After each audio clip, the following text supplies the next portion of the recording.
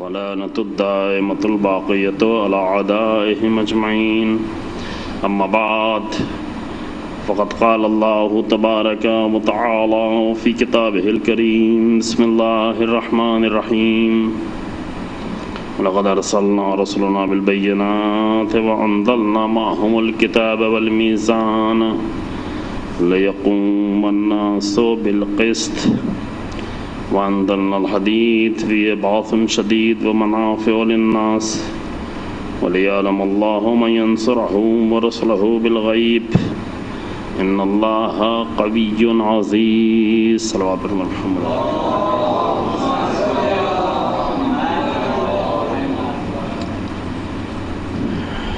قرآن مجید میں سورہ حدید کی آیت کریمہ جس کی تلاوت چل رہی ہے چند دنوں سے آپ کی خدمت میں، اس آیت کے ذیل میں حضرت امیر المومنین علیہ الصلوۃ والسلام کی صلی اللہ علیہ وسلم زندگی میں جو عادلانہ انداز تھا اس کو پیش کرنے کی کوشش کی جا رہی ہے مختصر طور پر یہاں پر چند دنوں میں، چونکہ قرآن کہتا ہے کہ اللہ نے انبیاء کو جو بھیجا ہے، لقد ارسلنا رسلنا بالبینات، انبیاء کو معجزوں کے ساتھ بھیجا، اور وانزلنا معهم الکتاب والمیزان، ان کے ساتھ کتاب نازل کی، قانون عدل نازل کیا. یہ سب کچھ بھیجنے اور نازل کرنے کا مقصد یہ تھا کہ لوگ عدل کے لیے اور انصاف کے لیے اٹھ کھڑے ہوں. یہ جملہ میں بار بار دہرا رہا ہوں اور قرآن کی آیت کا کہ انشاءاللہ کم سے کم اگر بہت ساری گفتگو ذہن سے نکل جاتی ہے تو قرآن کا یہ جملہ محفوظ رہے آپ کے ذہنوں میں. اور آج شاید تیسری بار یہ بات کہہ رہا ہوں کہ مقصد یہ نہیں تھا کہ فقط انبیاء آ کر عدل کے لیے قیام کریں. لِيَقُومَ النَّاسُ بِالْقِسْطِ، قرآن نے یہ نہیں کہا کہ انبیاء آئیں تاکہ انبیاء آئیں عدل کو قائم کریں، انبیاء آئیں عدل کے لیے قیام کریں، انبیاء آئیں عدل کے لیے جنگ کریں، انبیاء آئیں عدل کے لیے کوشش کریں. انبیاء تو کریں گے ہی.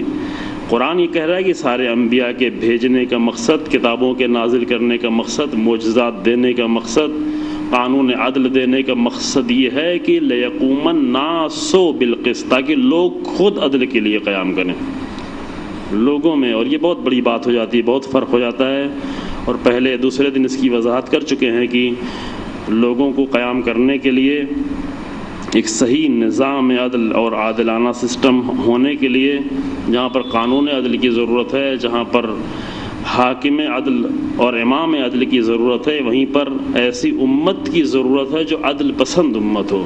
ورنہ امام بھی موجود ہو عادل، قانون بھی قرآن کی شکل میں موجود ہو، یعنی بہترین امام ہوتے ہوئے، بہترین قانون ہوتے ہوئے بھی عدل قائم نہیں ہو سکتا جب تک کہ امت عدل پسند نہ ہو جائے.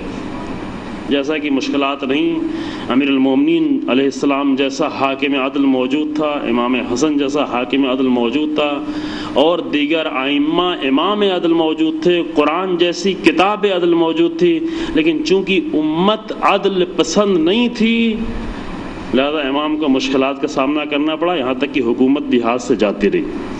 تو اصلی مسئلہ خاص کر ان لوگوں کے لیے جو امام عدل کا انتظار کر رہے ہیں، ان کے لیے اصلی مسئلہ یہ ہے کہ امام عدل کا انتظار کرنے کے لیے ضروری ہے کہ عدل پسند انسان بنا جائے اور عدل پسند امت بنی جائے. انہوں اس کے پہلے ظہور کا انتظار کرنے کا فائدہ نہیں. انتظار ایک بہت ہی خوبصورت عمل ہے، بہت ہی عظیم عمل ہے، لیکن اس کے کچھ کنڈیشنز ہیں، کچھ شرائط ہیں. انتظار کرنے سے امام کا ظہور نہیں ہوتا، علامتوں سے. کبھی کبھی ایک بہت زیادہ بحث جو کی جاتی ہے، پورا عشرہ اس پہ پڑھا جاتا ہے کہ ابھی یہ علامت ہو گئی ہے، یہ علامت ہو گئی ہے، یہ علامت ہو گئی ہے، نہیں معلوم سیریا میں کیا ہو گیا، نہیں معلوم سعودی عرب میں یہ ہو رہا ہے، نہیں معلوم وہاں پر یہ نشانی ہے، وہاں پر یہ نشانی ہے. نشانیوں سے امام کا ظہور نہیں ہوتا عزیزو، علامتوں سے امام کا ظہور نہیں ہوتا، بلکہ ظہور کے لیے وہ اسباب، وہ ریزن اور وہ کنڈیشنز چاہیے ہیں جس کی بنیاد پر ظہور ہو. جس کی وجہ سے غیبت ہوئی تھی، اگر وہ کنڈیشن دوبارہ پیدا ہو جائیں جس کی وجہ سے غیبت ہوئی تھی اس کے خلاف پیدا ہو جائے تو ظہور بھی ہو جائے گا. بس ہاں یہ ضرور ہے کہ جب امام کا ظہور ہوگا تو یہ علامتیں ہوں گی. وہ علامتیں پہلے بھی تھیں، ظلم پہلے بھی تھا، دوسری علامتیں پہلے بھی تھی. متوکل جیسے لوگ گزرے، چنگیز خان، ہلاکو خان جیسے لوگ گزرے کہ جہاں سے گزرتے تھے انسانوں کے سروں کی بھیڑ لگا دیتے تھے، ڈھیر لگا دیتے تھے. وہ ساری علامتیں تھیں، لیکن علامتوں سے امام کا ظہور نہیں ہوتا. یہ بات مفصل ہے، کبھی انشاءاللہ شاید تفصیل سے عرض کی جائے، لیکن میں صرف اشارہ کر کے آگے بڑھتا ہوں کہ علامتوں کی وجہ سے امام کا ظہور نہیں ہوگا، اور علامتوں کی وجہ سے امام غیبت میں بھی نہیں ہیں. مسئلہ غیبت کی اصلی وجہ یہ تھی کہ عدل پسند امت موجود نہیں تھی. ظہور کی بھی اصلی وجہ یہ ہوگی کہ عدل پسند امت تیار ہو جائے، جو عدل کو قبول کرنے والی ہو، جو عدل کے ساتھ چلنے والی ہو. امام علیہ السلام کے لیے سب نے آ کر بیعت کی، لیکن جب امام نے اپنے عدل کے قانون کو شروع کیا تو لوگ ساتھ چھوڑتے چلے گئے. کیوں؟ اس لیے کہ عدل پسند لوگ نہیں تھے. بیعت کرنے کی بات آئی تو طلحہ بھی آئے، زبیر بھی آئے. سب سے پہلی بیعت کرنے والوں میں کون تھے؟ طلحہ و زبیر تھے. لیکن پہلے ہی دن جب امام کے بیت المال کے حجرے میں گئے اور انہوں نے دیکھا کہ امام نے شمع گل کر دی، پوچھا امام آپ نے یہ شمع کیوں بجھا دی؟ کہا میں دوسری شمع جلا رہا ہوں. یہ دوسری شمع کیوں جلا رہے ہیں؟ کہا اس لیے شمع بدل رہے ہیں، جلا رہے ہیں کیونکہ وہ جو شمع جل رہی تھی، چراغ جل رہا تھا، وہ بیت المال کے پیسے کا تھا. اب ہماری تمہاری پرسنل گفتگو ہے تو میں اپنا چراغ جلاتا ہوں، لہذا پھر اب نہیں چل پائیں گے. وہ جو جنہوں نے سب سے پہلے آ کر بیعت کی تھی وہی سب سے پہلے بیعت توڑ کر میدان جنگ میں آ گئے، جنگ جمل میں. کیونکہ عدل، امام عدل کے ساتھ چلنا اتنا آسان نہیں ہے. امام جو فیصلے کرے گا وہ عدل کے مطابق فیصلے کرے. صرف طلحہ و زبیر کے لیے نہیں، صرف اپنی بیعت کرنے والوں کے نہیں، اپنے گھر والوں کے لیے بھی اگر فیصلے کرے گا تو عدل کے ساتھ فیصلے کرے گا. عقیل آئے، بار بار آئے. نجم البلاغہ میں واقعہ موجود ہے، دوسری جگہ میں واقعہ موجود ہے. ایک مرتبہ جناب عقیل آئے، کہا کہ امام خود فرماتے ہیں کہ میں نے دیکھا کہ عقیل کے بچوں کی آنکھیں بھوک کی وجہ سے اندر کی طرف جا رہی ہیں. اتنے بھوکے تھے بچے، نہیں تھا، پریشان تھے. اور اگر اس وقت امام کے پاس اپنا ذاتی کچھ ہوتا تو امام فوراً دے دیتے، لیکن امام اپنے پاس بھی ذاتی چیزیں رکھتے نہیں تھے. جو مانگنے والا آتا اسے دے دیتے تھے. خاص کر حکومت کا زمانہ تھا تو حکومت کے زمانے میں امام کو اتنی فرصت نہیں تھی کہ اپنے ذاتی کام کر سکیں، اور اپنی انکم جو پہلے حاصل تھی، جو امام کے پاس بہت بڑی انکم ہوا کرتی تھی، حکومت کے دور میں وہ انکم نہیں رہ گئی تھی امام کی، چونکہ حکومت کی ذمہ داریاں انجام دے رہے تھے، لہذا نہیں کر سکتے تھے امام. لہذا امام نہج البلاغہ میں فرماتے ہیں کہ عقیل آئے، دیکھا ان کے بچوں کی آنکھیں اندر کو جا رہی بھوک کی وجہ سے. کہا کہ آپ کچھ مجھے دیجئے، آپ مجھے کچھ دیجئے. کہا کہ میرے پاس کچھ نہیں ہے. کہا پورا بیت المال آپ کے پاس ہے اور آپ کے پاس کچھ نہیں ہے. یہ ایک مرتبہ کا واقعہ نہیں ہے، یہ واقعہ اور بھی ہے. تو ایک مرتبہ آیا، کہا کہ میں 4000 درہم کا قرض دار ہوں. 40، کہا میں 40,000 درہم کا قرض دار ہوں، آپ مجھے دیجئے. کہا کہ ابھی میرے پاس کچھ نہیں ہے، جب مہینہ پورا ہو جائے گا، جب سب کو تنخواہ ملے گی اس میں مجھے جو ملے گا وہ میں آپ کو دے دوں گا پورا. کہا اس سے میرا کیا ہوگا، میں 40,000 درہم کا قرض دار ہوں. تو کہا تم چاہتے ہو کہ میں اس امانت کے جو میرے حوالے کی گئی ہے اس میں خیانت کروں؟ میں یہ کام نہیں کر سکتا. تو امیر المومنین فقط طلحہ و زبیر کے لیے نہیں، اپنے گھر کے لیے امام کا یہ عادلانہ انداز تھا. ہماری گفتگو جو چل رہی چند دنوں سے، امام کا وہ عادلانہ انداز، طریقہ، زندگی کا ایک طریقہ، یہ عدل کی کیفیت تھی. امام نے آ کر پلٹایا سب کچھ. امام نے بیچ میں فاصلہ ہو گیا تھا، بہت بڑا فاصلہ، جس فاصلے کی بنیاد پر امام بیعت کو نہیں قبول کر رہے تھے. بیعت لوگ کرنا چاہ رہے تھے لیکن امام تسلیم نہیں کر رہے تھے. نہج البلاغہ میں جملہ موجود ہے، اس طرح سے لوگوں نے مجھے گھیر رکھا تھا کہ قریب تھا کہ میرے بچے کچل جائیں. امام حسن امام حسین اس قدر، چونکہ امام حسن امام حسین حفاظت کر رہے تھے امام کی، اتنا زیادہ لوگوں کا فشار تھا، فورس تھا، اور اتنا لوگ میرے اوپر ٹوٹے پڑ رہے تھے بیعت کرنے کے لیے کہ قریب تھا کہ میرے بچے کچل جائیں. اس طرح امام کی بیعت، لیکن امام بیعت کرنے کے لیے، لینے کے لیے تیار نہیں تھے. کیوں تیار نہیں تھے؟ اس لیے کہ عدل کے محور سے ان 25 سالوں میں امت مسلمہ اتنا دور ہو چکی ہے کہ ان کو اب عدل کی طرف پلٹانا بہت مشکل کام ہو گیا ہے. مرکزیت عدل کی، وہ جو رسول اللہ نے قائم کی تھی، اس سے فاصلہ اتنا بڑا، یعنی میں نے بار بار یہ جملہ، امام علیہ السلام تکلف نہیں کر رہے تھے کہ نہیں مجھے حکومت نہیں چاہیے، مجھے حکومت نہیں چاہیے. چونکہ امام کو حکومت اگر لیتے ہیں تو اپنے لیے حکومت نہیں لیتے، حکومت اللہ کے لیے لیتے ہیں. لیکن ابھی یہ اللہ کے لیے حکومت کرنا اتنا مشکل ہو گیا ہے کیونکہ عدل سے اتنا دور ہو چکے ہیں اور عدل سے اتنا فاصلہ بڑھ گیا ہے اور عدل ان کو اتنا ناپسند ہو چکا ہے کہ دوبارہ عدل کی طرف آنا ان کے لیے بہت مشکل ہو گیا ہے. اور علی بن ابی طالب کی حکومت بغیر عدل کے نہیں چل سکتی. وہ بہت سارے جو اصول ٹوٹ گئے تھے رسول اللہ کے سب پلٹایا امیر المومنین نے، لیکن جس چیز میں امیر المومنین کو سب سے زیادہ مشکل پیش آئی وہی عدل کے نظام کو قائم کرنے. رسول اللہ نے آ کر سارے انسانوں کو ایک نگاہ سے دیکھا، امیر المومنین نے آ کر یہ کیا. یعنی انہیں 25 سالوں میں یہ سب کچھ، 24.5 سالوں میں یہ سب کچھ ہو چکا تھا. امام نے آ کر پھر پلٹانا شروع کیا. پہلے جو خطبے دیے سارے خطبے موجود، پہلے دن کا خطبہ دیا، آ کر پورا اپنا مقصد بیان کیا کہ میں کیا کروں گا تمہارے ساتھ. دوسرے دن آ کر اپنا اکنامکل اقتصادی پورا سسٹم امام نے بیان کیا خطبے میں. وہ سارے خطبے موجود ہیں امام کے. لیکن یہ بات ان کے لیے نہایت ہی مشکل نظر آ رہی تھی، حتیٰ گھر والوں کے لیے مشکل نظر آ رہی تھی. باہر والوں کے لیے صرف نہیں، گھر والوں کے لیے مشکل ہو رہی تھی. امام نے دیکھا، امام بیت المال تقسیم کر رہے تھے. بیت المال تقسیم کرتے وقت امام کی بہن ام ہانی آئیں، امام نے اٹھا کر 20 درہم دیا. 20 درہم اپنی بہن کو دیا. اتفاق کی ام ہانی کے فوراً بعد دوسری جو خاتون کی نوبت تھی وہ ایک کنیز تھی، افریقہ کی کنیز، سیاہ فام کالی کنیز. وہ بھی آئی، اس کو بھی امام نے 20 درہم دیا. ام ہانی نے دیکھا، کہا کہ آپ نے مجھے بھی 20 درہم دیا ہے اور اس کنیز کو بھی 20 درہم دیا ہے. یہ آسان کام نہیں تھا. ایک صحابی آیا، امام نے اس کو ایک رقم دی. اب وہ رقم تاریخ میں وہ رقم نہیں لکھی ہوئی ہے، ام ہانی کے لیے رقم لکھی ہوئی ہے لیکن اس کی نہیں لکھی. اس صحابی کے فوراً بعد ایک نیا آزاد شدہ غلام آیا، حبشی غلام، اس کو بھی امام نے وہی رقم دی. یہ صحابی نے مڑ کر امام سے کہا کہ یہ مجھے اور یہ جو کل آزاد ہوا ہے غلام، ان دونوں کو آپ ایک طرح کے پیسہ دے رہے ہیں، ایک رقم دے رہے ہیں. یعنی قبول کرنا مشکل ہو گیا تھا.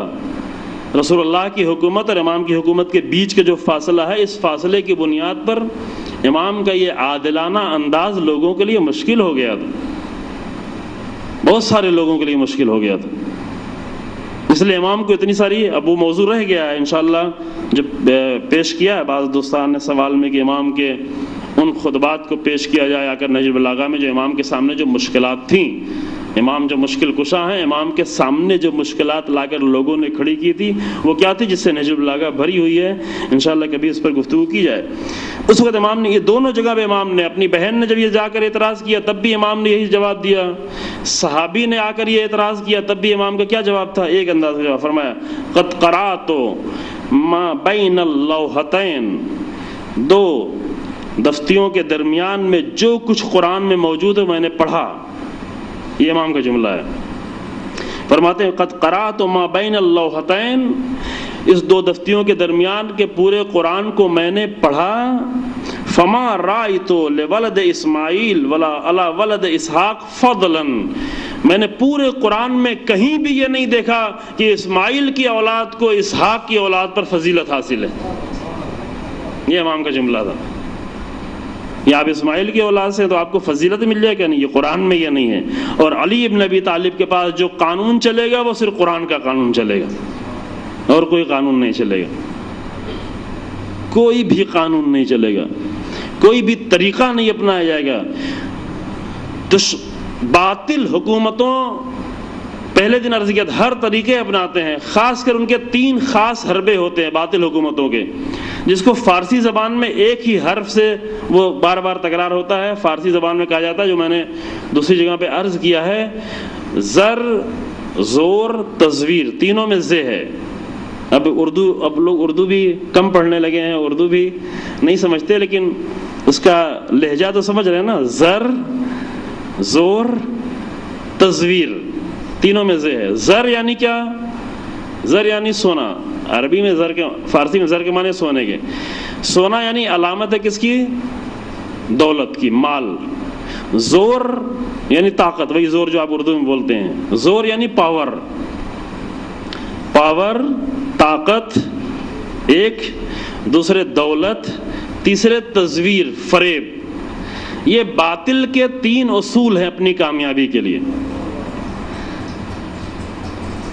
ہر دور کے یہ اصول ہیں، فقط نہ یہ کہ آج کے زمانے کے، نہ فقط یہ کہ معاویہ کے دور کے، نہیں، ہر دور کے یہ اصول ہیں کہ باطل کیا کرتا ہے، 3 طریقے اپناتا ہے. پہلے پیسے سے خریدتا ہے. اگر پیسے سے انسان نہیں بکنے والا ہو، تھوڑا مضبوط انسان ہو. کمزور لوگ پیسے سے پہلے مرحلے میں بک جاتے ہیں، پہلے ہی مرحلے میں. اور انسانوں کے پہچاننے کا ایک بہت ہی اچھا طریقہ ہے کہ دیکھیں، دوسروں کو نہیں پہچانے، خود کو پہچاننے کا، کہ خود کو تھوڑا تولیں کہ اگر مجھے خریدا جائے تو میں کتنے میں بکنے والا ہوں. بعض لوگ بہت ہی مختصر چیز، ایک دعوت میں بک جاتے ہیں. بعض لوگ یعنی اپنے اصولوں کو تبدیل کر دیتے ہیں، اپنے پرنسپلز کو تبدیل کر دیتے ہیں، اپنے طریقے کو بدل دیتے ہیں. جو ہماری گفتگو چل رہی ہے طریقے پر، ایک دعوت میں چند پیسوں میں، چند سکوں میں، تھوڑے سے احترام میں، تھوڑے سے، وہ لوگ جو لالچ سے نہ بکیں وہ تھوڑا مضبوط لوگ ہوتے ہیں. وہ دوسرے مرحلے میں ممکن ہے کمزور پڑ جائیں. وہ ہے خوف اگر ان کے اوپر مسلط کر دیا جائے. کمزور لوگ پہلے ہی مرحلے میں بک جاتے ہیں. لالچ، وقت لالچ ان کے سامنے رکھ دیا ہے، دین بھی بیچنے کو تیار ہیں، ایمان بھی بیچنے کو تیار ہیں، مذہب بھی تبدیل کر دینے کو تیار ہیں، سب کچھ بدل دیتے ہیں. کیوں؟ اس لیے کہ کمزور انسان ہے. لیکن جو کمزور نہیں ہوتا اس کو دوسرے مرحلے میں آزمایا جاتا ہے. یعنی باطل دوسرے طریقہ بناتا ہے. دوسرا طریقہ باطل کے کیا ہے؟ زور، طاقت، خوف آ کر مسلط کرنا. اب جو تھوڑا مضبوط انسان ہوتا ہے لیکن زیادہ مضبوط انسان نہیں ہوتا، جو لالچ کی وجہ سے نہیں بکا تھا وہ خوف کی وجہ سے ٹوٹ جاتا ہے اور بک جاتا ہے، خوف کی وجہ سے کمزور پڑ جاتا ہے. باطل کا دوسرا طریقہ ہے خوف مسلط کرنا. اگر کسی انسان کو لالچ اور خوف سے بھی نہیں توڑا جا سکا تو تیسرا طریقہ ہوتا ہے فریب دینا، دھوکہ دے دینا. فریب کھایا ہوا انسان، ٹھیک ہے تم اپنے دین ہی پہ رہو لیکن دین کو ایسے فریب دے دیں گے کہ تمہیں لگے گا کہ تم اپنے دین پہ ہو لیکن تم باطل پہ چل رہے ہوگے. فریب کھائے ہوئے، دھوکہ کھائے ہوئے لوگ، اس کو کہتے ہیں تزویر. دھوکہ دینے کی کوشش، دھوکہ دیا جاتا ہے.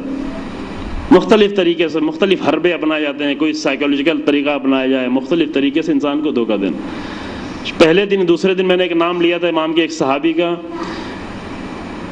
عدی ابن حاتم. اگر آپ کو یاد ہوگا، عدی ابن حاتم کو امام کی شہادت کے بعد معاویہ نے اپنے دربار میں بلایا، چونکہ جانتا تھا معاویہ کہ یہ انسان ایسا ہے جس کو نہ پیسے سے خریدا جا سکتا ہے نہ تلوار سے ڈرایا جا سکتا ہے. یعنی دونوں حربہ ناکام ہے. پیسے سے بکنے والا انسان، امیر المومنین کے بہت ہی خاص صحابی، ساری جنگوں میں امام کے ساتھ ساتھ رہے، قربانیاں پیش کی، اپنے بیٹوں کی قربانی. معاویہ نے امام کی شہادت کے بعد، چونکہ جب تک امام موجود ہے تب تک تو اس کو معلوم تھا کہ امام سے جدا ہونے والے نہیں. اب امام کی شہادت ہو چکی ہے، امام عدی بن حاتم، یہی حاتم طائی جو مشہور ہے اسی کا بیٹا، اس کو بلایا اور کہا کہ بہت ہی استقبال کیا، بڑی مہمانی کی، بڑا اچھا دسترخوان بچھایا، وہ سب کچھ کیا، لیکن جانتا تھا یہ سب کچھ فائدہ کرنے والا نہیں ہے، یہ انسان ایسے بکنے والا نہیں ہے. تیسرا طریقہ اپنایا، کہا کہ آپ کے کتنے بیٹے تھے؟ کہا 3 بیٹے تھے. کیا وہ بیٹے کیا ہوئے؟ کہا شہید ہو گئے. کہا کہاں شہید ہوئے؟ کہا جنگ صفین میں شہید ہو گئے. میرے 3 بیٹے تھے، جنگ صفین میں امیر المومنین علیہ الصلوۃ والسلام کے ساتھ جنگ کرتے کرتے میرے 3 بیٹے شہید ہو گئے. کہا کہ آپ کے ساتھ بہت غلط ہوا. دیکھیں طریقہ کیا اپنا رہا ہے. کہا بڑا غلط ہوا آپ کے ساتھ کہ علی ابن ابی طالب نے اپنے 3 بیٹوں کو بچا لیا، آپ کے 3 بیٹوں کو شہید کروا دیا. اللہ اکبر. دیکھیں باطل کہاں کہاں کن کن حربوں کو اپناتا ہے. کمزور انسان ہو فوراً اس کے دل میں وسوسہ پیدا ہو جاتا ہے، ہاں صحیح تو ہے، صحیح تو ہے. امام حسن بھی موجود ہیں، امام حسین بھی موجود ہے، محمد حنفیہ بھی موجود. یہ 3 بڑے بیٹے جو جنگ میں میدان میں آگے تھے. ایسے جنگ میں جناب ابوالفضل عباس بھی گئے تھے تھوڑی دیر کے لیے ایک مرتبہ، لیکن یہ 3 بڑے بیٹے تھے امام کے جو باقاعدہ میدان جنگ میں، جنگ صفین میں بار بار بڑھ کر حملہ کرنے والے تھے.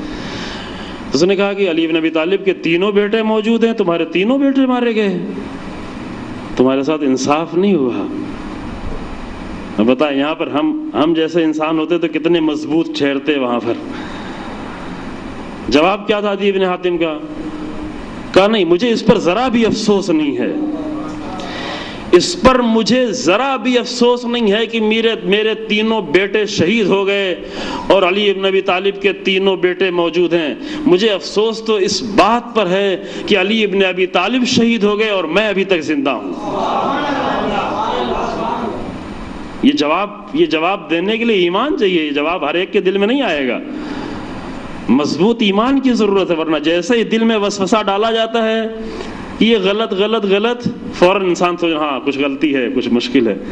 معاویہ نے بہت بڑا وسوسہ ڈالا تھا، کیا کہ تمہارے تینوں بیٹے شہید، علی کے تینوں بیٹے زندہ ہیں.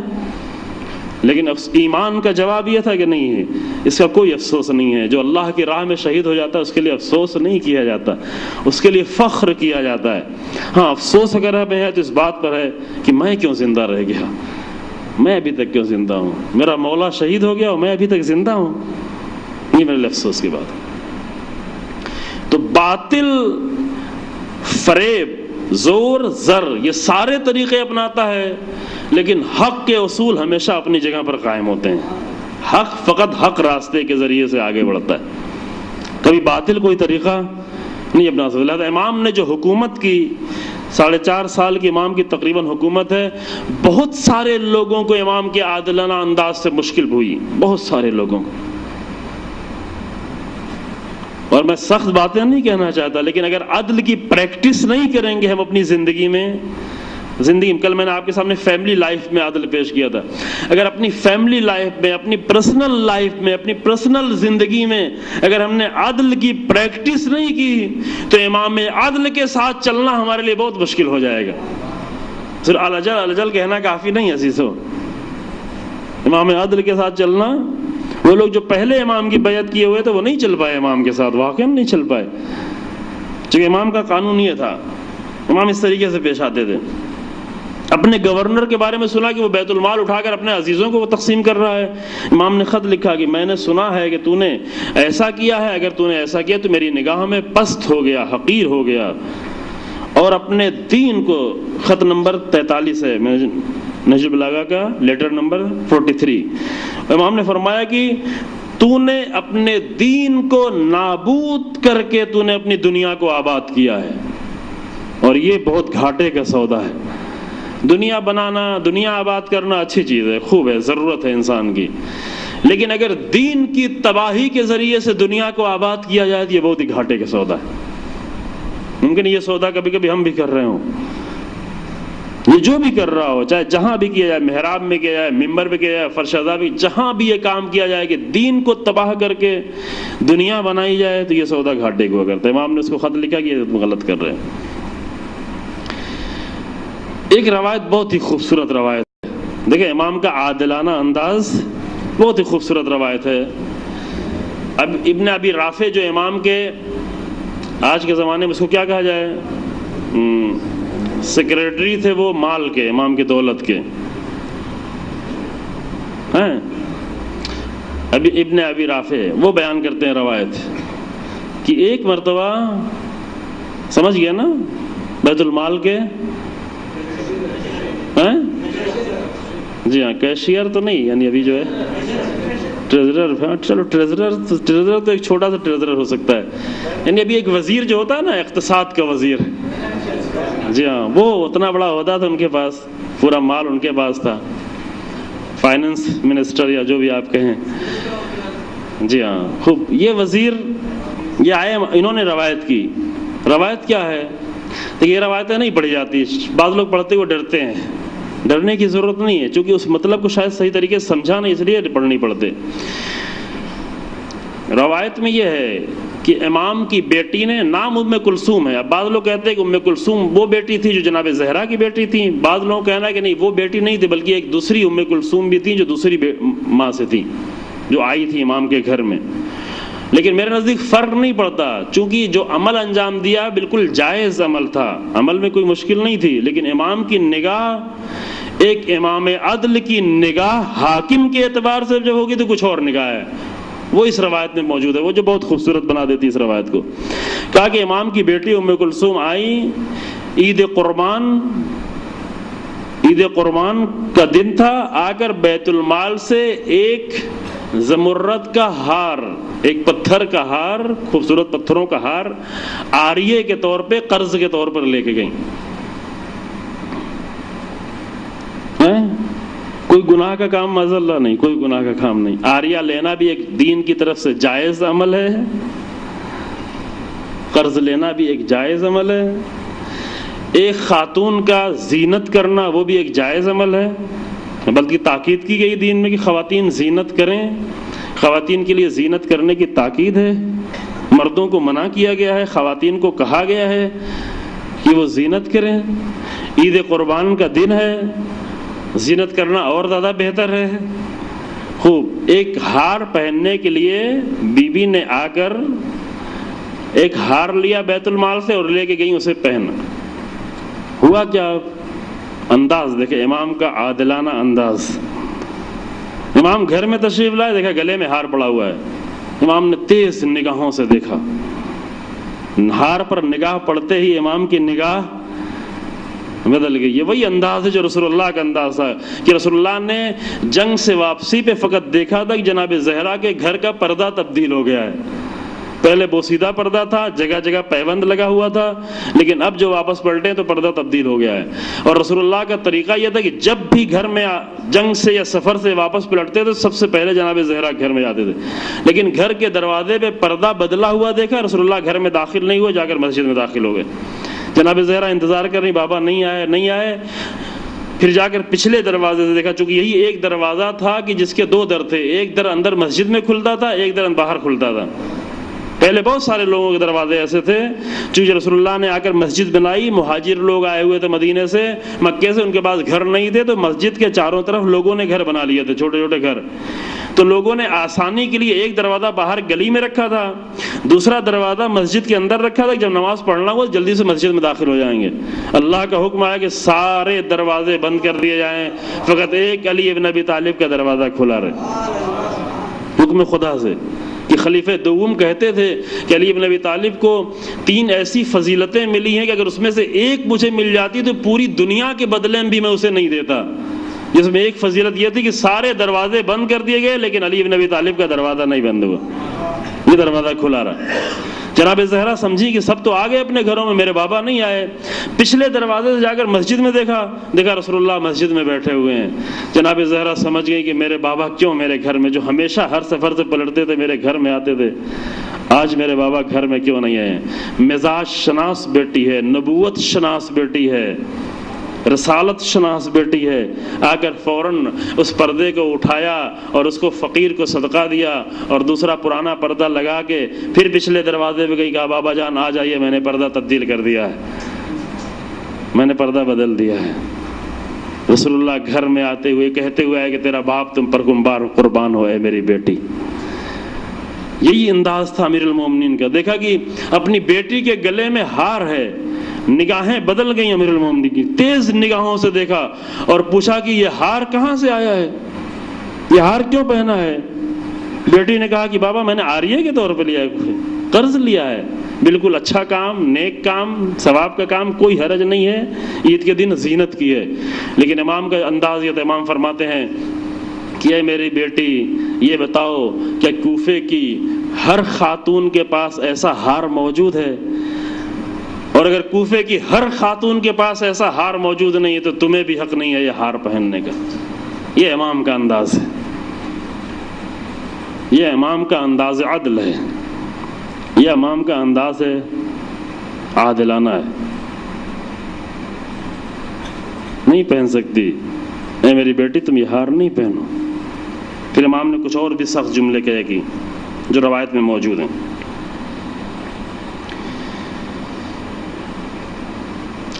تھوڑے سے وقت میں ایک مسئلہ آپ کے سامنے پیش کروں کہ بیت المال کے سلسلے میں امام کا عادلانہ انداز کیا تھا. بیت المال کے بارے میں ایک بڑا مسئلہ جو پیش آیا تھا وہ یہ تھا، اس حقیقت کو سنیں سب لوگ اچھے طریقے سے سنیں، کہ خلافت دوم کے زمانے میں، خلیفہ دوم کے زمانے میں انہوں نے لوگوں کو بلایا، چونکہ بہت زیادہ بیت المال بہت زیادہ بڑھ گیا تھا. جنگیں بڑی فتح ہوئی تھیں، روم کی فتح ہوئی تھی، ایران کی فتح ہوئی تھی، اور دولت مسلمانوں کے پاس بہت زیادہ ہو چکی تھی. بیت المال پر تھا، سونے سے، چاندی سے، سکوں سے، دولت سے بہت زیادہ تھا بیت المال۔ اب اس بیت المال کو کیا کیا جائے؟ ان کو یہ لگ رہا تھا کہ سب کو برابر برابر تقسیم کر رہے ہیں، یہ بات انہیں کھٹک رہی تھی خلیفہ دوم کو۔ یہ جو کچھ لوگ غلام ہیں، کچھ حبشے سے آئے ہوئے ہیں، کچھ ایتھوپیا کے لوگ ہیں، کچھ افریقہ کے لوگ ہیں، کچھ ایران کے موالی لوگ ہیں، عجم لوگ ہیں، اور یہ عرب لوگ ہیں، یہ قریش لوگ ہیں، یہ فلاں لوگ ہیں، بڑے خاندان کے لوگ ہیں، سب کو ایک جیسا انداز۔ پھر اپنے قریبی لوگوں کو، جو بڑے بڑے بزرگان تھے، بزرگ لوگوں کو اکٹھا کیا مشورہ کرنے کے لیے کہ کیا کیا جائے، بیت المال کو کیسے تقسیم کیا جائے، بیت المال بہت زیادہ ہو گیا ہے۔ تو ایسے وقت میں لوگوں کا مشورہ کیا ہوگا بتائیں؟ کیونکہ سب کو نہیں جمع کیا گیا ہے، خاص لوگوں کو جمع کیا گیا ہے۔ خاص لوگوں کا مشورہ کیا ہوا؟ کہا کہ جس طریقے سے روم اور ایران میں تقسیم کیا جاتا ہے اسی طریقے سے آپ بھی تقسیم کریں۔ اللہ اکبر! یہ کسی نے نہیں کہا کہ جس طریقے سے رسول اللہ تقسیم کرتے تھے اس طریقے سے آپ بھی تقسیم کریں۔ پھر کیا ہوا؟ کہا ہاں بزرگوں کو زیادہ دیا جائے، جن کی بڑی خدمات ہیں ان کو اور زیادہ دیا جائے، اور لوگوں کو بھی دیا جائے ان کی ضرورت پورا کرنے کے لیے۔ اسلام میں پہلی بار خلیفہ دوم کے زمانے میں رجسٹر بنائے گئے، سب کے نام لکھے گئے کہ ان کو اس گریڈ میں رکھا گیا ہے، ان کو اس گریڈ میں رکھا گیا ہے، ان کو اس گریڈ میں رکھا گیا ہے، الگ الگ گریڈ بنے۔ یہ تاریخ کی حقیقتیں ہیں، میں سب کے سامنے عرض کرتا ہوں، یہ تاریخی حقائق ہیں۔ البتہ بعض کتابوں میں اہل سنت کی لکھا ہوا ہے، طبری طبقات ابن سعد میں، کہ بعد میں خلیفہ دوم کو احساس ہوا اور اس کو تبدیل کرنا چاہتے تھے لیکن نہیں کر پائے، لیکن یہ کام کر کے چلے گئے۔ کیا کیا؟ نام سب کے قرار دے دیے، قریش کو زیادہ دیا جائے، مہاجرین کا حصہ زیادہ تھا انصار پہ، انصار کا حصہ زیادہ تھا دوسرے عرب پر، عرب کو زیادہ حصہ ملتا تھا عجم کے اوپر، عجم جو ایران اور دوسرے جگہوں کے افریقہ کے لوگ تھے۔ حتیٰ رسول اللہ کی بیویوں کے درمیان میں رسول اللہ کی وہ بیویاں جو عرب تھیں ان کا حصہ زیادہ تھا ان بیویوں پر جو غیر عرب بیویاں تھیں۔ تقسیم اس طرح کی تقسیم ہوئی۔ اب جو امیر المومنین علیہ الصلوۃ والسلام آتے ہیں تو امیر المومنین کا انداز کیا ہوگا؟ امام رسول اللہ کے عدل کو آ کر دوبارہ زندہ کرنے کے لیے آئے ہیں۔ امام نے آ کر پہلے ہی خطبہ ہی دیا، اللہ کی بارگاہ میں آ کر دعا کی، پروردگارا اگر میں یہ حکومت کو قبول کر رہا ہوں تو صرف اس لیے قبول کر رہا ہوں تاکہ تیرے دین کو واپس پلٹاؤں، تیرے دین کو آ کر زندہ کروں، رسول اللہ کی سنتوں کو آ کر زندہ کروں۔ اب جن لوگوں کو زیادہ پیسہ لینے کی عادت ہو چکی ہے، دیکھیں مشکل کہاں پہ پیدا ہوتی ہے، یہ صرف اس دور کا مسئلہ نہیں، ہر دور میں یہ مسئلہ پیش ہو سکتا ہے۔ جن لوگوں کو زیادہ حصہ لینے کی عادت ہو چکی ہے ان سے کہا جائے کہ اب آپ کو برابر برابر ملے گا، یعنی اتنا زیادہ فرق ہو چکا تھا کہ حتیٰ خلیفہ دوم کا زمانہ آتے آتے اتنا فرق ہو گیا تھا کہ بعض لوگوں کی دولت اتنی زیادہ ہو گئی تھی کہ ان کے لیے شمار کرنا مشکل ہو گیا تھا۔ یہ طلحہ اور زبیر اور اس طرح کے عبد الرحمن بن عوف جو خلیفہ دوم کے بہنوئی تھے، اتنی دولت تھی کہ جب ان کا انتقال ہوا تو اوزار کلہاڑی سے کاٹ کاٹ کر سونا تقسیم کیا گیا، ہزاروں کی تعداد میں گھوڑے تھے ان کے پاس، گھوڑا اس وقت کی بہت بڑی دولت تھی۔ بصرہ میں ایک محل تھا، تو مصر میں دوسرا محل تھا، تو کوفے میں تیسرا محل تھا، تو مدینے میں چوتھا محل تھا۔ یہ حالت تھی ان لوگوں کی، یہ چند سالوں میں یہ حالت بن گئی تھی۔ اتنا زیادہ ان اصولوں سے دوری ہو گئی تھی کہ ابو العلا مودودی جیسا عالم جو اہل سنت کے بڑے عالم، ان کی فریاد بلند ہو گئی، پوری کتاب آ کر انہوں نے لکھی کہ یہ غلط ہوا تھا۔ کہ خلیفہ دوم کے زمانے میں خاص کر اتنی جو آگے بڑھ گئی تھی یہ بات کہ سارے بیت المال کو آپس میں تقسیم کرنا کہ جس کی بنیاد پر انہیں قتل بھی کیا گیا۔ قتل کی وجہ بھی اصلی یہی تھی، یعنی اصلی وجہ یہ تھی کہ لوگوں کو اتنی شکایت ہوئی، اتنا مال کو آپس میں تقسیم کیا گیا اور لوگ بھوکے اس قدر تھے کہ مصر سے، ایجپٹ سے لوگ آئے مدینہ شکایت کرنے کے لیے گورنر کی کہ یہ گورنر آپ کا کیا کر رہا ہے، ساری دولت کو اپنوں میں تقسیم کر رہا ہے۔ اور آ کر کافی دیر تک شکایت کی، اور اس شکایت کے نتیجے میں ان کی شکایت سنی گئی اور خلیفہ سوم نے گورنر کو تبدیل کیا، ان کو خط لکھا کہ یہ خط لے کے جاؤ میرا اور جا کر گورنر کو دو۔ دوسرے گورنر کو معین کیا، کہا کہ آج کے بعد گورنر یہ ہوگا اور گورنر کو میں تبدیل کرتا ہوں۔ لیکن جب یہ قافلہ چلا، راستے میں پہنچا تو پیچھے سے مروان جو خلیفہ سوم کا فرسٹ سیکرٹری تھا، یا آپ جو کہیں جو کچھ وزیر اعظم تھا، اس نے ایک دوسرا خط لکھا اور اس خط میں لکھا اس پہلے گورنر کو کہ نہیں، تم اپنی جگہ پر باقی ہو اور یہ کاروان جیسے ہی پہنچے تم لشکر کو تیار رکھنا، ان سب کو مار دینا، قتل کر دینا۔ اور یہ خط دے کر خلیفہ سوم کی انگوٹھی کی مہر اس پر لگائی، جو زمانے میں مہر اس طریقے سے لگتی تھی، لگائی۔ یہ مروان وہی جس کو رسول اللہ نے شہر بدر کر دیا تھا، خلیفہ اول نے بھی باہر نکال دیا، خلیفہ دوم نے باہر نکال دیا، خلیفہ سوم نے واپس بلا کر اپنا وزیر اعظم بنا دیا تھا، اور اسی مروان کے ذریعے سے خلیفہ سوم کو مارا گیا، قتل کیا گیا۔ مروان نے یہ انگوٹھی سے مہر لگائی اٹھا کر خود خلیفہ سوم کی، اور ایک تیز رفتار سوار کو دیا کہ یہ لے جا کر پہلے کاروان سے پہلے تم وہاں پہنچ جانا گورنر کے بعد۔ یہ بہت تیز رفتار سے جا رہا تو اونٹ کو دوڑاتا ہوا، یہ کاروان نے دیکھا کہ ایک مسافر بہت تیزی سے جا رہا ہے، کچھ ان کو شک محسوس، کیوں اتنی تیزی سے جا رہا ہے؟ اس کاروان نے اس کو روکا، اور اس کو روک کے جب تفتیش کی، پوچھا کچھ ہے تمہارے پاس؟ کچھ نہیں تھا۔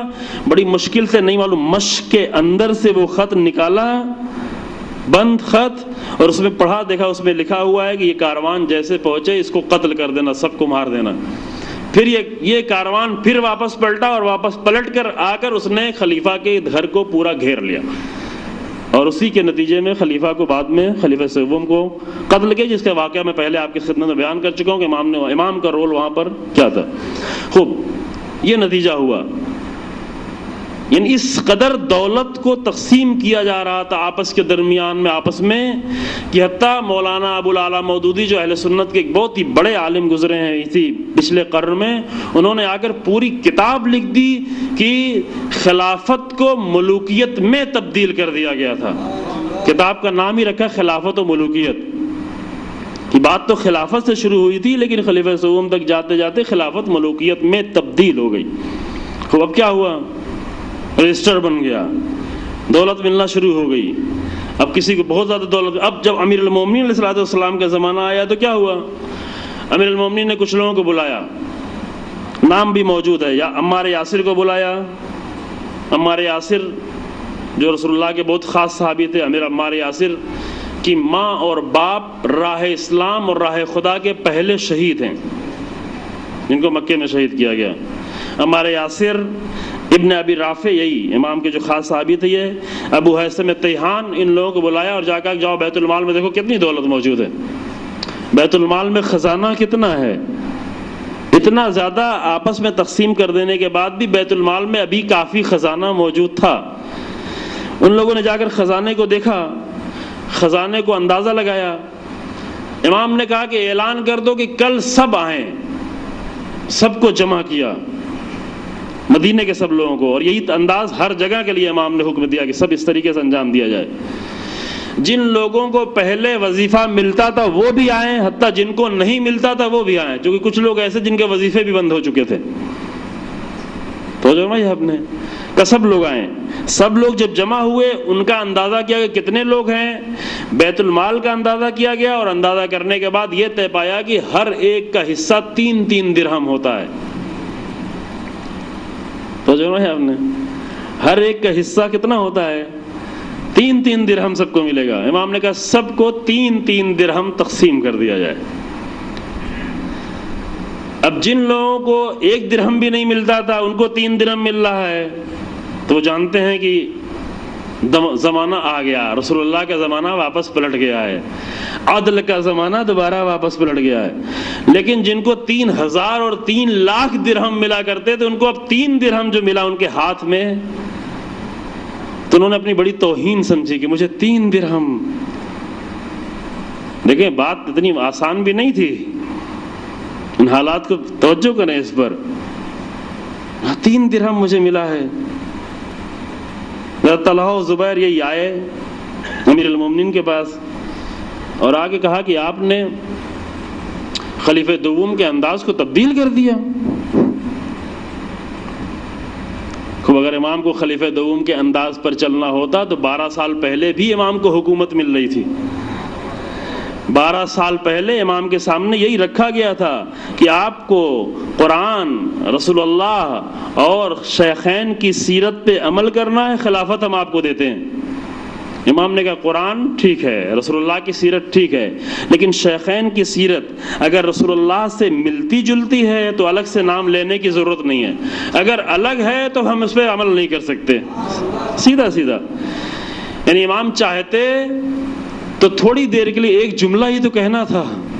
یہ بات ہم اس لیے کہہ رہے ہیں کہ ہم جیسے لوگ ہیں امام کے مقام کو نہیں سمجھتے، اس لیے کہہ رہا ہوں کہ صرف ایک جملہ کہتے کہ ٹھیک ہے، پھر بعد میں قرآن پہ عمل کرتے، رسول اللہ کی سیرت پہ عمل کرتے. 12 سال پہلے یہ حکومت امام کو مل جاتی، دے رہے تھے سب حکومت امام کو خلیفہ دوم کے فوراً بعد، لیکن امام حق تک جانے کے لیے غلط طریقہ نہیں اپنا سکتا.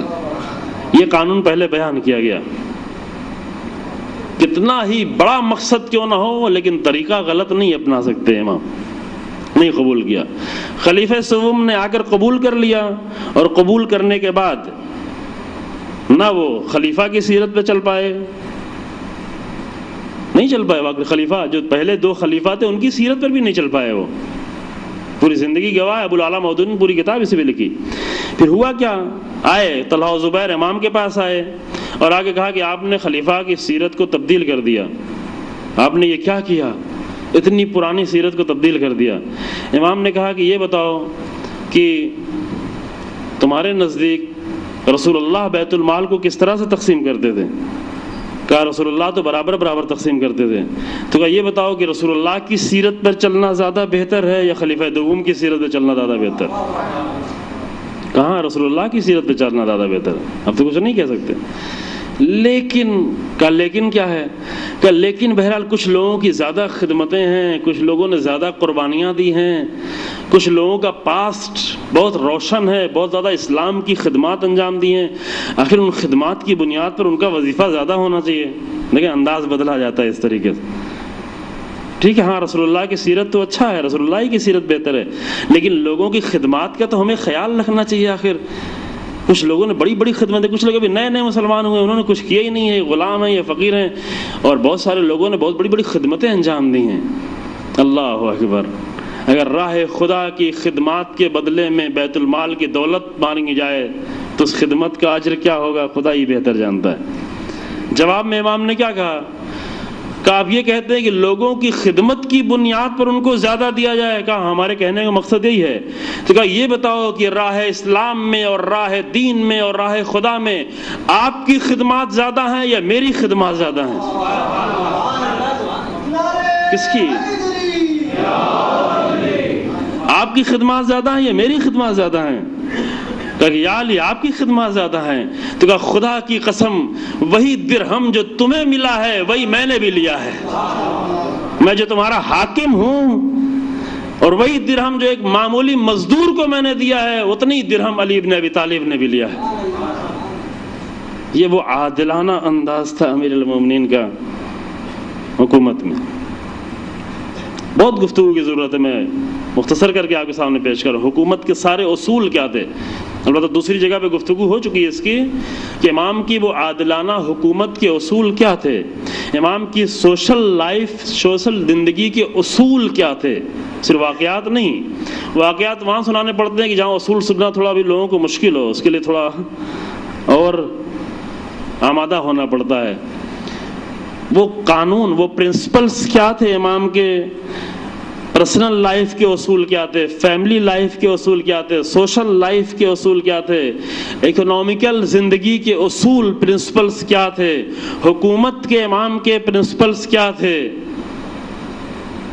امام کے. جنگ کے، شاید جنگ کے واقعہ میں آپ کے سامنے کل پیش کروں گی، جنگ کے امام کے اصول کیا تھے. لیکن عادلانہ اصول ہر جگہ صرف عادلانہ اصول ابھی ہم آپ کے، ورنہ اصول بہت زیادہ ہیں. حتیٰ اصول آپ کے سامنے ہم پیش ہی نہیں کر رہے ہیں. ابھی انشاءاللہ کبھی وہ معیار ہو کہ انشاءاللہ آپ کے سامنے پیش کیا جائے تفصیل سے وہ اصولوں کے. امام علی علیہ السلام کی زندگی کے ایک ایک پہلو کے اصول کیا تھے اور وہیں سے سیرت نچوڑی جاتی ہے. میں نے شروع سے بحث کیا کہ تاریخ اور ہے، سیرت اور ہے. سیرت کہاں سے نکالی جاتی ہے؟ سیرت تاریخ کے چند واقعات سے نہیں، بلکہ تاریخ کے واقعات کے بعد امام کی زندگی کے اصولوں سے سیرت کو نچوڑا جاتا ہے، اور یہ مسئلہ اہم ہے۔ سیرت یعنی طریقہ زندگی، طرز زندگی، انداز زندگی، یہ امام کا انداز زندگی تھا۔ لہذا امام نے سب کو برابر رکھا، بالکل سب کو برابر رکھا ہر اعتبار سے، صرف بیت المال ہی میں نہیں بلکہ قانون میں بھی امام نے سب کو برابر رکھا۔ امام جو اللہ کا امام ہے، معصوم ہے، اگر انسانوں میں دیکھا جائے تو رسول اللہ کے بعد کوئی ذات ایسی نظر نہیں آئی جس کا مقام اتنا بلند ہو۔ ینحدر عن السیل ولا یرقى الی الطیر، میری ذات سے فضیلتوں کے سیلاب بہتے ہیں، تمہاری فکر کی پرواز ہماری ذات تک پہنچ نہیں سکتی ہے۔ وہ ہے امیر المومنین کی ذات۔ لیکن جب قانون کی بات آتی ہے تو امیر المومنین قانون کے مقابلے میں اپنے کو ایک عام مسلمان نہیں بلکہ یہودی اور کافر کے برابر لا کے رکھتے ہیں۔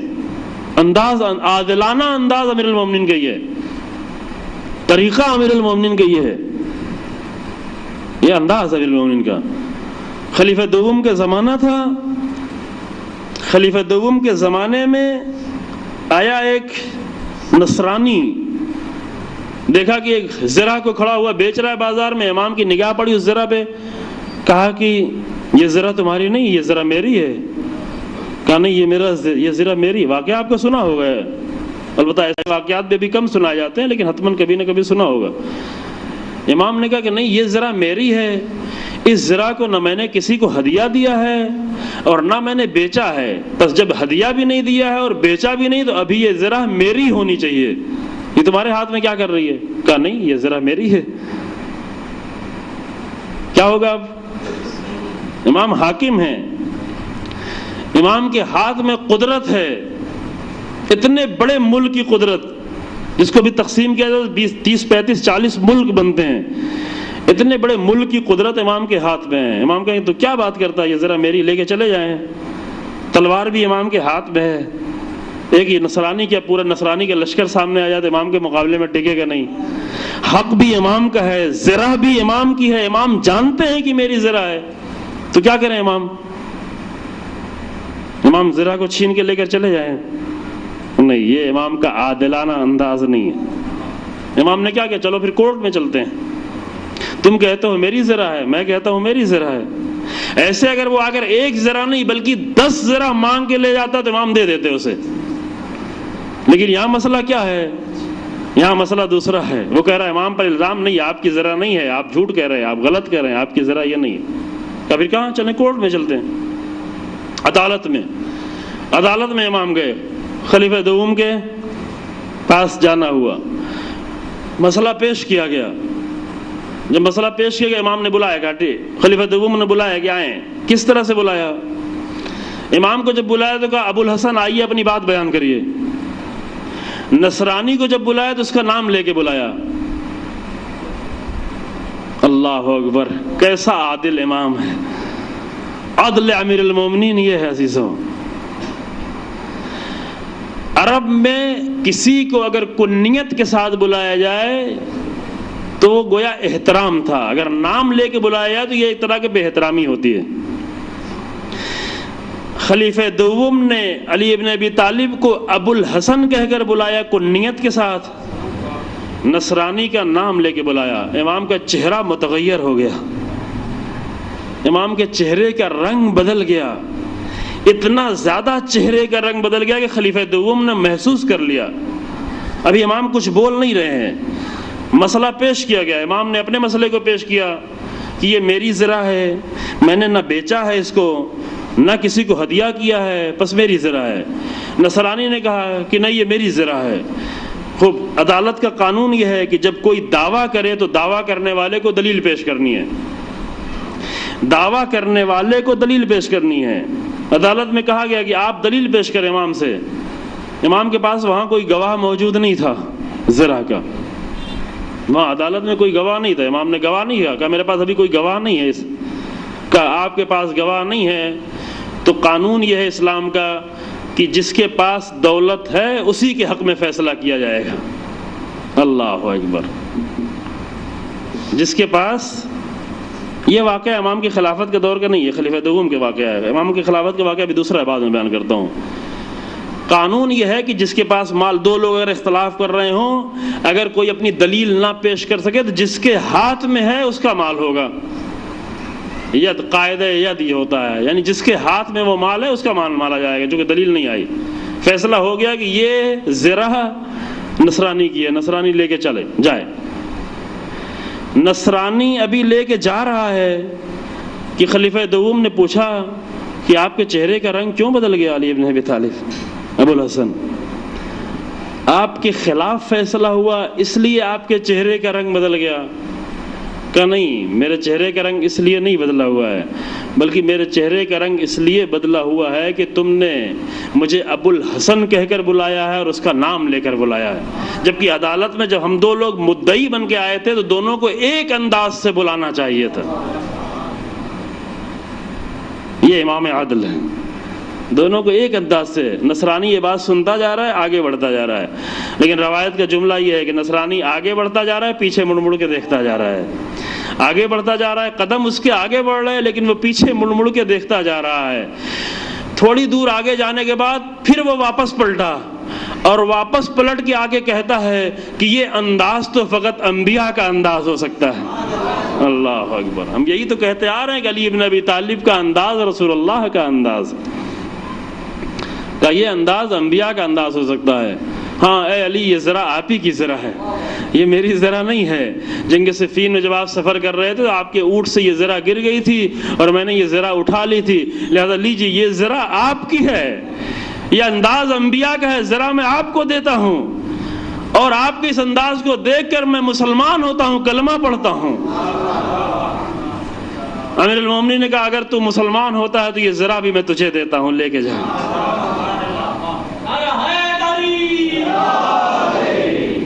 یہ ذرا مجھے نہیں چاہیے، لے جا، فقط انداز دیکھنا ہے. اپنی خلافت کا دور آیا، بس یہ آخری واقعہ گفتگو تمام کرتا ہوں. جب امام کی اپنی خلافت کا دور آیا اور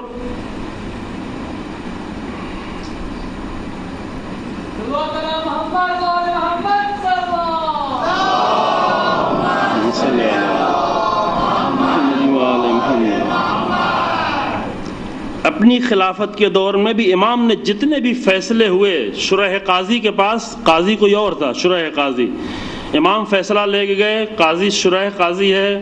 امام بھی پہلے ہی مسئلہ جب پیش آیا تو قاضی کہتا ہے کہ یہودی کہتا ہے، تعجب یہی کہ ایک حاکم ایک قاضی کے پاس جا رہا ہے. ابھی اتنا آگے بڑھ جانے کے بعد عدالت کو بہت سارے ملکوں میں مستقل انڈیپینڈنٹ کر دیا گیا ہے، لیکن ابھی بھی کسی ملک میں ایسا ہوتا ہوا نظر نہیں آتا کہ جب تک کوئی حاکم موجود ہے حکومت کے دور میں اس کو عدالت میں لا کر کھینچ کے کھڑا کیا جائے. ہاں یہ ضرور آپ نے دیکھا ہے کہ حکومت کا دور ختم ہوتے ہی کبھی پریسیڈنٹ کو بلایا جاتا ہے، کبھی وزیر اعظم کو بلایا جاتا ہے، اتنی خطائیں کر چکے ہوتے ہیں کہ عدالت میں نظر آتے ہیں سب کے سب. لیکن حکومت میں ابھی بھی کوئی عدالت میں نظر نہیں آتا. لیکن یہ علی بن ابی طالب کا دور تھا کہ اگر مسئلہ پیش آتا تھا تو امیر المومنین ایک معمولی ایک غیر مسلمان کے ساتھ عدالت میں برابر جا کر کھڑے ہو جاتے تھے. یہ امیر المومنین کا انداز تھا.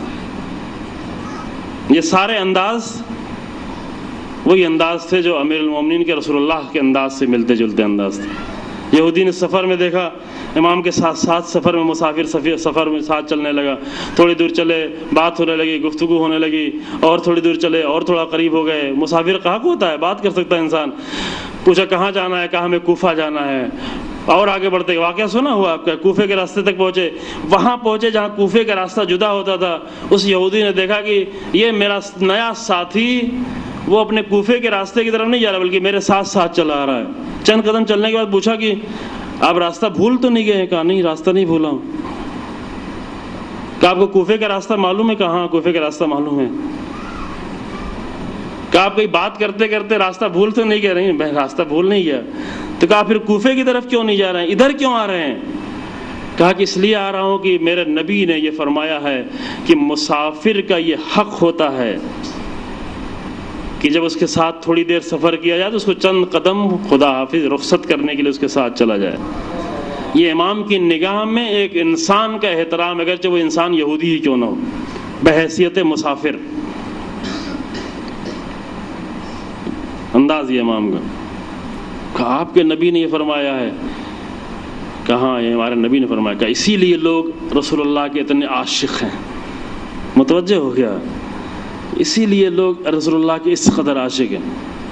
خوب یہ کہہ کے چلا گیا، یہ سمجھا کہ کوئی عام انسان ہوگا مسلمان. کچھ دنوں بعد پھر کوفہ آیا، پوچھا کہ ایک شخص سے میرے راستے میں ملاقات ہوئی، علی اس کا نام تھا، وہ کہاں رہتا ہے؟ علی کہاں رہتا ہے؟ علی کا گھر کہاں ہے؟ کہ علی کو ڈھونڈ رہے ہو؟ کہاں علی کو ڈھونڈ رہا ہوں، ان کا گھر کہاں ہے؟ کہ علی حاکم ہے، عالم اسلام کے حاکم ہیں، امیر المومنین ہیں علی. یعنی پورا راستہ سفر طے کرتے ہوئے چلے آئے، اپنے بارے میں کچھ نہیں بتایا. توجہ کریں، ابھی ہم 10 پیسے خرچ کرتے ہیں تو 10 لوگوں کو بتاتے ہیں کہ میں نے یہ کام کیا ہے. امیر المومنین نے پورا سفر طے کر دیا لیکن کچھ نہیں بتایا کہ میں کیا ہوں، کیا کر رہا ہوں. اب وہ انسان دیکھتا ہے کہ اتنی بڑی حکومت کا حاکم، اور وہ اتنا خیال ہے اس کو کہ رسول اللہ کی ایک نصیحت پر اتنا خیال ہے کہ سفر کے مسافر کو بھی تنہا نہیں چھوڑ رہا ہے اور خدا حافظ کرنے کے لیے آ رہا ہے. یہ وہ سارے انداز تھے امیر المومنین کے عزیزان محترم. یہ وہ انداز تھا کہ جب ایسا امام اس دنیا سے گزر رہا ہے، اللہ اکبر، کس کو کھو دیا ہے دنیا نے. کل شب ضربت ہے، کس کے سر پہ تلوار لگی؟ تلوار مارنے والا یہ سمجھ رہا تھا کہ فقط ایک انسان کے سر پہ تلوار ماری، لیکن نہیں جانتا تھا کہ جس سر سے خون بہ رہا ہے وہ علم خدا کا خزانہ تھا، وہ علم رسول کا خزانہ تھا.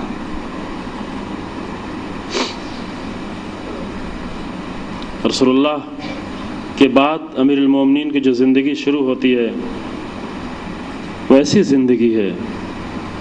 امام نے 30 سال گزارے ہیں، عدل کی راہ میں جہاد کی ہے. 23 سال تک رسول اللہ کے ساتھ جہاد کیا امیر المومنین نے، اور 30 سال رسول اللہ کے بعد امیر المومنین نے جہاد کیا. یہ انداز 53 سال امام کی 63 سالہ زندگی میں 53 سال وہ ہیں کہ جس میں امیر المومنین راہ عدل میں جہاد کرتے رہے، عدل کو زندہ کرنے کے لیے، عدل کو قائم کرنے کے لیے. 23 سال رسول اللہ کے ساتھ ساتھ. جہاد سے مراد فقط تلوار چلانا نہیں ہے. علی بن ابی طالب کا جہاد تلوار سے بھی آگے بڑھ کر تھا، ہر میدان میں علی بن ابی طالب کا جہاد تھا. ہاں، لیکن جب رسول اللہ کے ساتھ یہ جہاد کر رہے تھے تو ساتھ میں رسول اللہ بھی تھے، ساتھ میں رسول اللہ کی بیٹی بھی تھی. رسول اللہ کی بیٹی بھی علی کے ساتھ ساتھ جہاد کرتی تھی. جناب زہرا سلام اللہ کی شہادت کی وجہ یہ ہے کہ جناب زہرا نے عدل کی راہ میں قیام کیا تھا. جناب زہرا نے محسوس کیا کہ راہ عدل کو توڑا جا رہا ہے، راہ عدل سے انحراف پیدا ہو رہا ہے. لہذا وہ بیوی جو گھر میں بیٹھی ہوتی تھی، اس بیوی نے اگر قیام کیا، مدینے کی گلی گلی میں بیوی آئی، مدینے کے دروازے دروازے پہ بیوی گئی، البتہ رات کی تاریکی میں گئی ہیں. جناب زہرا کا قیام رات کی تاریکی میں تھا. لَيَقُومَ النَّاسُ بِالْقِسْطِ، جناب زہرا نے وہ قیام کیا لیکن رات کی تاریکی میں کیا. مگر عزیزو، جناب زہرا کے بعد امیر المومنین بہت تنہا ہو گئے. 23 سال کے جہاد میں علی کو بہت صدمہ ہوا، علی کو بہت تکلیف ہوئی، علی بن ابی طالب کو بہت زخم لگے. کبھی بعض جنگوں میں اتنے زخم امیر المومنین کو لگتے تھے کہ بچنے کی امید نہیں ہوتی تھی. زخموں کی تعداد بھی لکھی ہوئی ہے.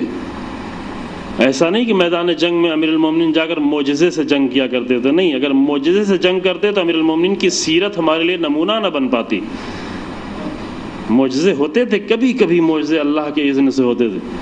امیر المومنین جنگ کرتے تھے. جنگ احد میں آئے، حتیٰ بعض روایتوں کے حساب سے نہیں معلوم 94 زخم یا اس سے کچھ کم زخم، اتنے زخم امیر المومنین کے جسم پر لگے ہوئے تھے. کربلا کی جنگ اگر معجزے سے لڑی جاتی تو آج ہمارے لیے وہ نمونہ نہ بن پاتی، اور اگر معجزے سے وہ جنگ لڑی جاتی تو کربلا میں 6 مہینے کا بچہ شہید نہیں ہوتا. لیکن نہیں، ان کو ہمارے لیے نمونہ بننا تھا، اس لیے ایسی جنگیں تھیں.